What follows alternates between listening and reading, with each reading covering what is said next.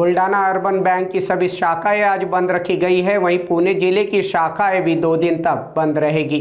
अजित पवार को श्रद्धांजलि देने के लिए बैंक प्रबंधन ने यह फैसला लिया है। बुल्डाना अर्बन बैंक के संस्थापक अध्यक्ष राधेश्याम चांडक ने कहा कि जो कुछ भी हुआ वह बेहद दुखद है।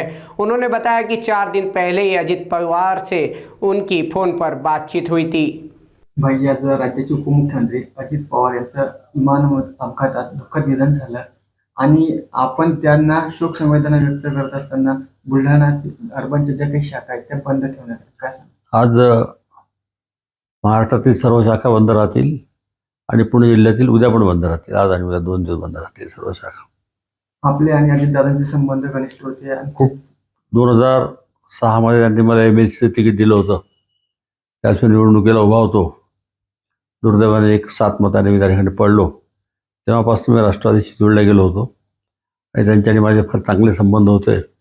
आता 4 दिवसापूर्वीच जळगाव खान्देश येथील राष्ट्रवादी कार्यालयाच्या बाबतीमध्ये त्यांची माझी चर्चा झाली होती. त्या जागेमध्ये एक कायदेशीर डिस्प्यूट आहे, तो भेटून त्याचा टायटल क्लिअर करायचं होतं. त्या संदर्भात त्यांचा फोन आला होता आणि त्यांना पुढच्या आठवड्यामध्ये मी येण्याचं सांगितलं होतं.